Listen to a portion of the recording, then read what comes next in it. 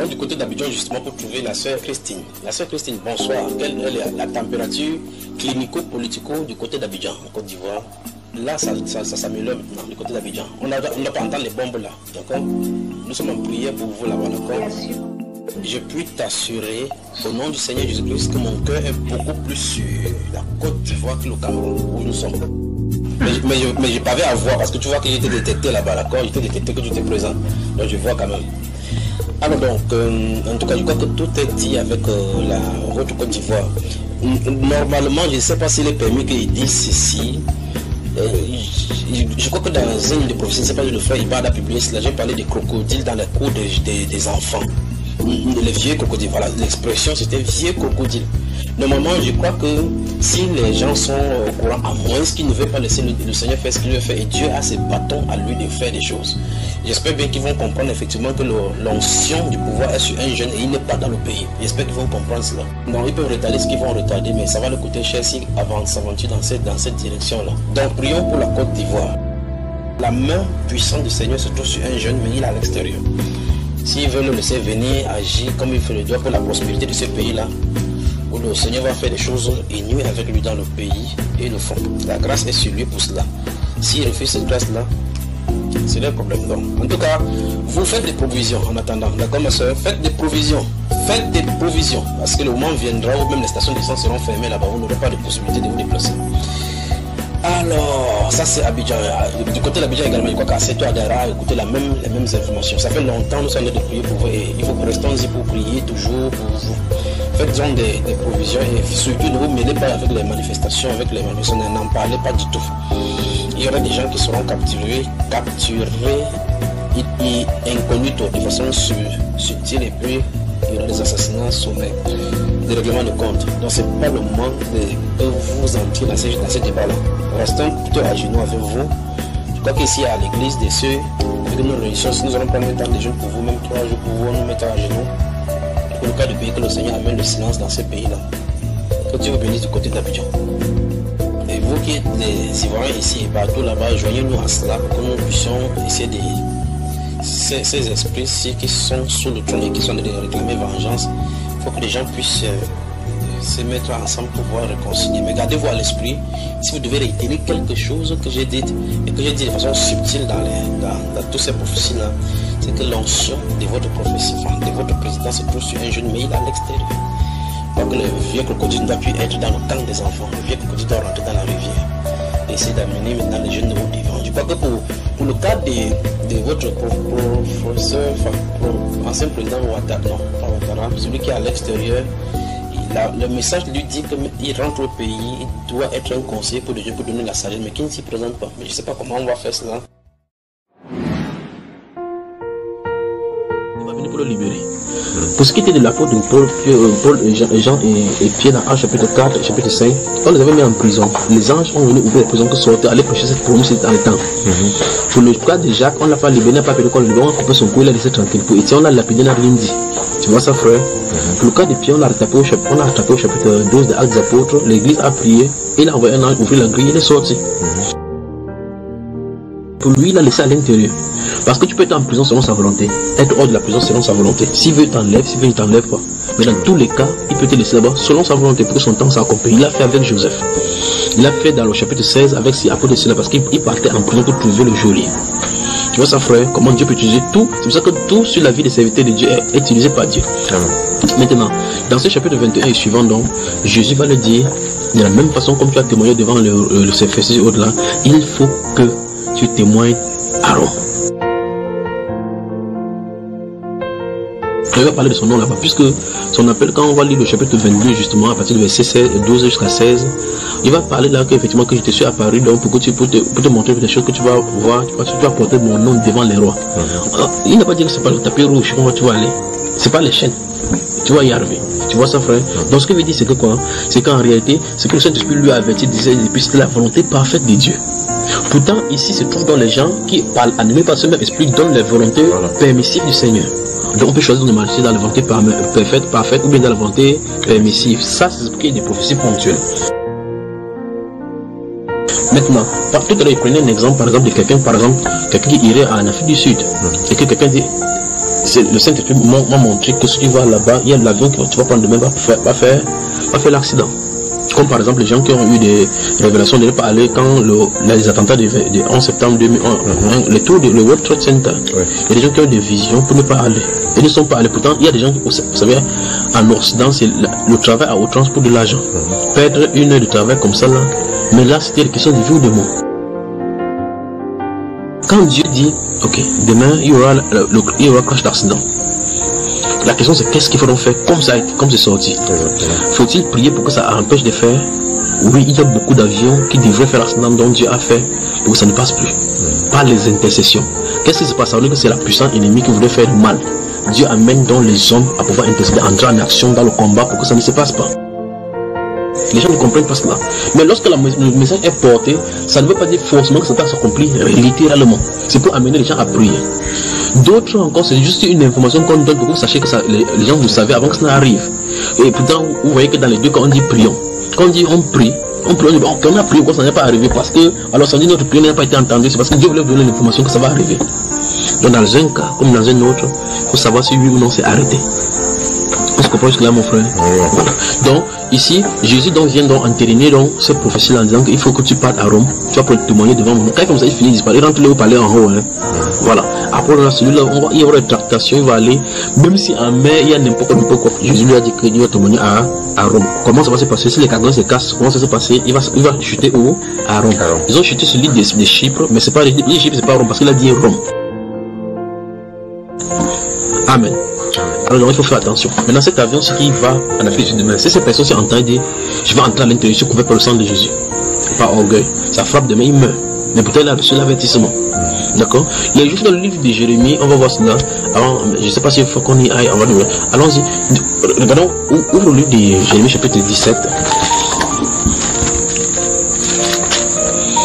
Jérémie le prophète, le chapitre 17. En tout cas, pour ceux qui ont lu le livre du prophète Jérémie, vous savez de quoi, de toute façon, ce qui est là-bas. Il est question d'Israël. Il est question de l'idolâtrie, il est question, Israël est dans son héritage. Tu vois cela? Israël est dans son héritage. Cet héritage a été prophétisé depuis Abraham, réitéré à Isaac, puis à Jacob, et puis donné aux 12. Il a fait effectivement, José en là-bas, fait la répartition dans le livre de José chapitre 13, 14. Et donc maintenant, nous voyons maintenant que Israël se trouve dans les problèmes de l'identité tel que le prophète avait prophétisé. Le verset 4 nous intéresse. Le verset 3 et 4, allons-y. Je livre au pillage ma montagne et ses champs. Oui. Tes biens, tous tes trésors. Oui. Et tes hauts lieux, à cause de tes péchés sur ton territoire. Verset 4. Tu perdras par ta faute l'héritage que je t'avais donné. Oui. Je t'asservirai à ton ennemi dans un pays que tu ne connais pas. Oui. Car vous avez allumé le feu de ma colère et il brûlera toujours. Ce feu-là doit brûler quoi? Toujours. Donc ça ne s'appelle jamais. C'est un. Le Paul dit, l'apôtre, il y a plusieurs autres versets bibliques. Dieu a-t-il rejeté son peuple? Il dit que non. Donc c'est un autre aspect de ce verset, mais je voulais qu'on voit dans le verset où Dieu dit clairement que tu perdras ton héritage que je t'avais donné par ta faute.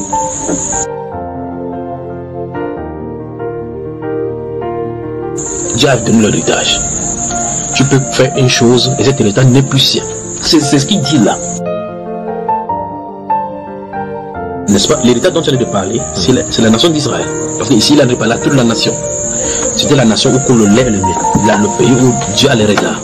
Il dit maintenant que le pays, verset 3 et 4, verset 3, il dit clairement que là, c'est trop à cause du péché qui est dans le pays. Pas vrai? Et à cause de cela, donc, il va devoir la servir à un maître sévère. Ils vont la rentrer dans un pays qu'il ne connaît pas. Et par conséquent, quand il perdra ton état, tu vas quitter ton pays. C'est à cause de ton pays. Tu vas quitter. Bon, maintenant, il était question donc maintenant de revenez à moi et je reviendrai à vous. S'il revient, Dieu change la situation. Sont-ils revenus? Il dit, depuis le temps de vos pères, dans le livre de Agé, le livre de Zacharie, il dit que nous avons parlé par les prophètes, nous avons parlé, j'ai envoyé les prophètes le matin, même dans le livre de Jérémie, ici, le matin et le soir, qui ont prophétisé que arrêtez de pécher, changer de comportement, et vous laisserez dans ces pays. Donc ça veut dire que les prophètes ont parlé, ainsi dit l'Éternel, si vous ne changez pas le comportement, donc le prophétie sort. Sinon, vous voyez, il change de comportement, Dieu arrête de faire ce qu'il devait faire. Ça veut dire que ce n'est pas une prophétie arrêtée. Ça veut dire qu'il faut faire attention avec les prophéties donc ponctuelles. Allons nous amuser un peu dans le livre de Deutéronome, chapitre 13, frère. Là, il faut bien garder cette Jérémie ici dans la tête. Jérémie chapitre 17, verset 4, qui dit « On peut perdre son héritage à cause de notre faute. » En d'autres langues, Dieu peut te donner quelque chose. Tu t'amuses, tu perds. Tu perds cela. Mais il ne dit pas c'est pas lui, c'est toi. C'est pas ça, frère? C'est ça, en fait. Ok. Deutéronome chapitre 13. C'est ça qui fait que de temps en temps, quand on n'a pas compris toutes ces choses-ci, vous pouvez entendre un prophète qui est authentique dire des choses que ça n'arrive pas. Prenons le cas des prophètes d'Ésaïe. Je crois que c'est beaucoup là maintenant. Vous pensez que les gens de la naissance, les gens de l'entourage d'Ésaïe, avant qu'Ésaïe ne meure, ils ont dû dire quoi avec la Vierge enfantera, la jeune fille enfantera. En tout cas, c'est ensemble de ça. Non. Parlez de Deutéronome. Deutéronome chapitre 13. Lisons à partir doucement. C'est Dieu qui parle ici haut. Nous sommes dans la loi. On y va. Alors, il est écrit: s'il s'élève au milieu de toi un prophète ou un songeur qui t'annonce un signe ou un prodige, et qu'il y ait accomplissement du signe ou du prodige dont il t'a parlé en disant: allons après d'autres dieux, des dieux que tu ne connais point, et servons-les. Verset 3, tu n'écouteras pas les paroles de ce prophète ou de ce songeur, car c'est l'Éternel, votre Dieu, qui vous met à l'épreuve pour savoir si vous aimez l'Éternel, votre Dieu, de tout votre cœur et de toute votre âme. Arrêtons de poésie, parlons. Dieu dit que les prophètes qui disent des choses pour entraîner les gens dans l'idolâtrie, c'est lui qui éprouve le cœur. Mais Pierre dit dans le livre de 2 Pierre chapitre 1, il y a eu parmi le peuple de faux prophètes. Il y aura de même parmi de faux docteurs qui introduiront des sectes pernicieuses et qui, régnant le maître qui les a rachetés, attireront sur une soudaine. Il dit il y a eu parmi le peuple. Mais Dieu dit que parmi ce peuple, c'est celui qui les met comme ça à l'épreuve. Est-ce à dire que c'est Dieu qui inspire les faux prophètes? Comme non. Ça veut dire que Dieu permet qu'ils soient là pour regarder ceux qui sont consistants à sa parole. La question c'est, Dieu a-t-il besoin de savoir cela? Dieu dit dans le livre de Genèse chapitre 18, il dit que, parlant d'Abraham, que le cri de Sodome est monté jusqu'à lui descendu pour voir. Donc Dieu a besoin de venir, c'est comme un agent dans son mot, aller se faire pour vérifier. Donc Dieu dit que tu n'écouteras pas les paroles de ces prophètes. Mais regardons à l'esprit que, au verset 1, il dit, s'il se lève au milieu de toi, il se lève un prophète ou un songeur qui t'annonce un signe ou un prodige. C'est une annonce, un signe, un prodige. Il dit que, et qu'il y ait accomplissement. Donc les faux prophètes, on n'a pas dit que les faux prophètes disent des choses, ça ne s'accomplit pas. Voilà, ça s'accomplit. Donc ça veut dire que tu acceptes qu'un des faux prophètes ou un des vrais, ce n'est pas sur le signe du fait que ça accomplit ou pas. Les critères doivent aller au-delà de cela. Preuve, les marabouts disent des choses, ça arrive. Dans Actes chapitre 9 et chapitre 16, on a vu la femme de Actes chapitre 16 qui disait des choses qui sont vraies. On dit qu'elle procurait un grand gain. Elle ne pouvait pas donner le gain chaque fois. C'est tout le mensonge qu'elle racontait aux gens. C'est qu'un des choses, on va l'attraper, on va la chicoter. Ça veut dire que ça donnait. Ça donnait. Mais Simon le magicien, la Bible déclare qu'elle avait longtemps surpris des gens qui l'écoutaient parce qu'on disait que c'était la magie, ça qui était à grand. Ça dit que les choses qu'ils faisaient, c'était vrai. Parce qu'en réalité, les prophètes travaillent avec l'esprit. Je ne pas dire les prophètes, je n'ai pas dit le faux ou le vrai, que ce soit le faux ou le faux, travaille avec l'esprit. Maintenant, c'est la dimension de l'esprit, mais encore la catégorie de l'esprit avec laquelle l'un et l'autre travaillent, c'est ça la distinction de cela. Il faut donc savoir si celui qui travaille avec celui-ci est en harmonie avec les Saintes Écritures. S'il est en harmonie avec les Saintes Écritures, là maintenant on peut maintenant le qualifier. La question maintenant qu'il pose, c'est comment ceux qui n'avaient pas les Saintes Écritures totalement pouvaient-ils donc savoir cela en harmonie? Nous, de toute façon, dans notre père de management, on ne va pas rentrer pour le défendre dans le passé. Nous ne voulons les Saintes Écritures de façon totale. D'accord? Maintenant, une autre chose à souligner maintenant, c'est que lorsque les prophéties ponctuelles sont dites, lorsque les choses sont dites maintenant, puisque ce n'est pas les prophéties bibliques maintenant, comment tu vas amener les prophéties ponctuelles dans les prophéties bibliques? Parce qu'il n'est pas écrit que l'avion doit chuter demain ici dans la Bible. Tu vois cela? Il y a une autre façon de discerner dans cela. Maintenant, ici, il est dit, si s'élève du milieu de vous un prophète ou un songeur, il dit, et qui t'annonce un signe ou un prodige, Dieu dit, et qu'il y ait accomplissement du signe ou du prodige dont il t'a parlé. Maintenant, regarde bien, il dit en disant, il y a un problème ici. Parce qu'il est question d'annoncer quelque chose d'événement, pas un signe. Mais ici, la Bible déclare que derrière ce signe se trouve l'annonce pour amener les gens à l'idolâtrie, à servir autre Dieu. Parce qu'un prophète ne viendrait pas dire que suivez mon Dieu, que c'est Satan qui parle. Un prophète ne dirait pas cela. Tous disent que c'est ainsi parle l'Éternel. En fait, dans le livre de 1 Roi chapitre 22, les 400 prophètes de Baal et ainsi de suite de là-bas prophétisaient au nom de l'Éternel. Le cas d'Anania, dans le livre de Jérémie, parlait au nom de l'Éternel. Il fait les comptes de fer. Jérémie parlait au nom de l'Éternel. Celui-là parlait au nom de l'Éternel.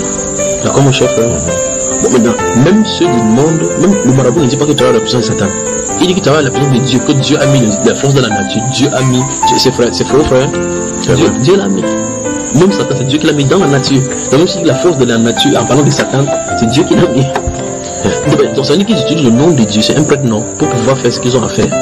Donc, même un marabout qui annonce les oracles, parle, qui servent, il détient son pouvoir et son autorité de Dieu. Et tu ne peux pas dire le contraire. Maintenant, le problème de ce verset 2, c'est que on a comme impression que la prédication que ce prophète ou ce songeur a dit, c'est de dire allons servir d'autres dieux. Pourtant, c'est parce que la Bible veut dire ici. Regardons encore une fois de plus. Il dit, et qu'il y ait accomplissement du signe ou du prodige dont il a parlé. Tu vois cela? Donc, il y a eu accomplissement, donc quelque chose est accompli. C'est un événement qu'il a dit annoncer. Mais pourtant, on dit que cette fois-ci, on dit, donc, en disant, allons après d'autres dieux, des dieux que tu ne connais pas et servons-les. Donc, un prophète ne dira pas ces choses-ci. Qu'est-ce que le Saint-Esprit de dire? Le Saint-Esprit de dire clairement que l'accomplissement de la prophétie, que ce soit d'un prodige ou d'un signe, devrait regarder, c'est le cœur de quelqu'un, là où ça entraîne d'entraîner le cœur de quelqu'un. Est-ce que ça entraîne ton cœur à quitter la voie du Seigneur de la Bible ou bien à servir d'autres divinités? Je prends un exemple simple. Prenons un exemple simple. Un marabout te voit en route. Il te dit, ton grand-père au village cherche à faire telle chose. Quand tu vas quitter ici, tu vas faire, prends l'arbre aussi, tu plantes là-bas, demain ça va pousser et que demain tu vas voir pour ceux qui cherchent pendant les enfants. Après 3 mois, ton fils femme sera enceinte. Après 3 mois, ta femme est effectivement enceinte. Tu vois les événements progrès. Tu dis maintenant que franchement, les marabouts maintenant servent Dieu, ils vont suivre les marabouts. Tu vois que les produits se sont accomplis exactement comme il se doit. Mais avec cela, tu es sorti d'abord pour servir d'autres dieux. Dieu dit c'est toi qui l'as enlevé tes produits. Parce qu'en réalité, les signes, les produits sont arrivés tels quels. Et par conséquent, ça t'a entraîné à servir d'autres divinités. C'est ce que Dieu a dit. Mais il dit que c'est lui qui envoie, qui entraîne les produits. Pas que c'est lui qui a donné l'esprit au prophète. Continuons. Verset 4. Verset 4. Vous irez après l'Éternel votre Dieu, et vous le craindrez. Vous observerez ses commandements, vous obéirez à sa voix, vous le servirez et vous vous attacherez à lui. Qu'est-ce que Dieu a de faire ici? Dieu a dit clairement que souvenez-vous que aucun commandement, aucune personne peut venir, venant de moi, vous détacher de moi. C'est indirectement ce que le Seigneur a dit ici. Il ne veut pas là dire que si c'est serviteur, parce qu'il a dit clairement que celui qui a amené les gens à aller se prouver, il dit, pour savoir si vous aimez de tout votre cœur, de toute votre âme. Donc ça dit si ça se détache pour que tu quittes pour aller comme ça servir les divinités étrangères, ça ne venait pas de Dieu. Parce que le prophète de Dieu apporte la parole pour réconcilier les gens avec Dieu chaque fois. Le but des prophètes